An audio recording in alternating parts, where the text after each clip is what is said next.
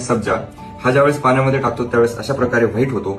बऱ्याच वेळेस ह्याला फालुदामध्ये टाकू शकतो, अशाच पाण्यामध्ये टाकून पिऊ शकतो किंवा फळांच्या वेगवेगळ्या ड्रेसिंगवर वापरू शकतो. याचे मेडिसिनल प्रॉपर्टीज आहे. 1 चमचा सब्जामध्ये म्हणजे अंदाजे 13 ते 15 ग्राम मध्ये 7 ग्राम कार्बोहायड्रेट्स असतात. त्यामध्ये सुद्धा गुड फायबर असतात जे की पोटाला डायजेशनसाठी उपयोगी पडतात.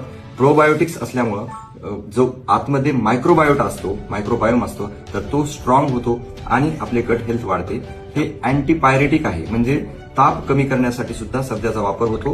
त्याचबरोबर अँटीहिस्टामिनिक म्हणजे अस्थमा कमी करण्यासाठी सब्जाचा वापर झालेला रिसर्चमध्ये आलेला आहे, कारण हिस्टामिन कमी करतं ते. अँटी अल्सरेटिव्ह याच्यामध्ये ओमेगा 3 असल्यामुळे अँटी अल्सरेटिव्ह म्हणून सुद्धा हे काम करतं. त्याचबरोबर याच्यामध्ये मिनरल्स आहेत, मॅग्नेशियम आहे, कॅल्शियम आहे, आयर्न आहे, त्यामुळं रक्तवाढीसाठी मदत होतं. मॅग्नेशियम असल्यामुळे स्ट्रेस इंड्युस्ड जे काही आजार आहेत ते सुद्धा कमी होतात.